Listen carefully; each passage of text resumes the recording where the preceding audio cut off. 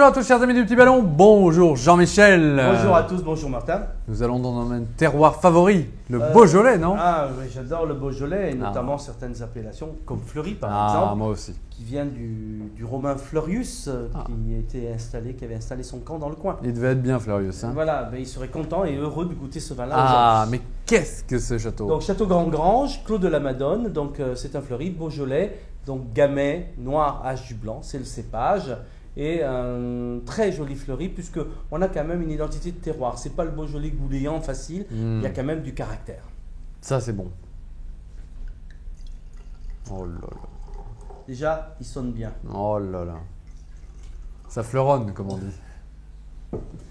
Donc là, on a un vin, effectivement, quand on voit la couleur, on voit très bien qu'on est sur un Beaujolais sérieux. Mais c'est pas si évident, ouais, parce que on se dit le Beaujolais c'est clair et tout ça. Là, là c'est déjà beaucoup plus intense. Donc on a extrait, c'est macération traditionnelle, etc. Bien. On a une très très belle matière. Parfait.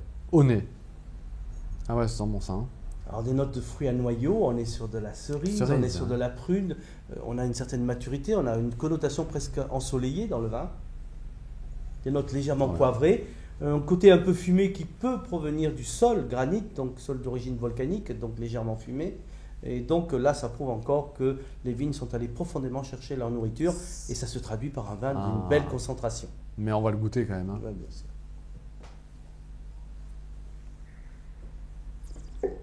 Ah, j'adore moi. Souple, velouté, fruité, gourmand, mais hop, ça revient derrière avec un petit peu de caractère, le côté un petit peu peau de raisin. Belle dimension, un beau volume en bouche.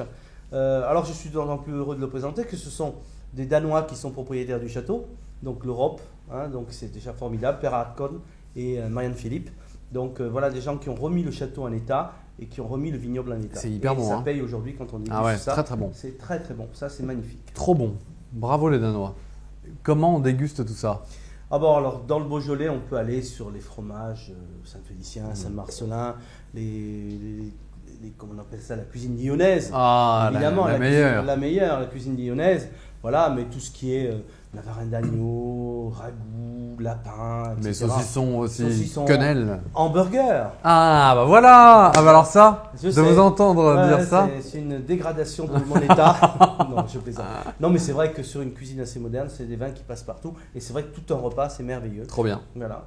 On le sert 15-16 degrés, on ne le sert pas comme un vin rouge classique. Donc on le met un peu au frais. Un quart d'heure dans le frigo. Ok, voilà. Très bien. Ah bah c'est vraiment délicieux. Je suis ravi de boire un bon Fleury. Voilà, Fleury, Clos de la Madone. Magnifique Fleury. Et je vous souhaite une bonne dégustation à tous.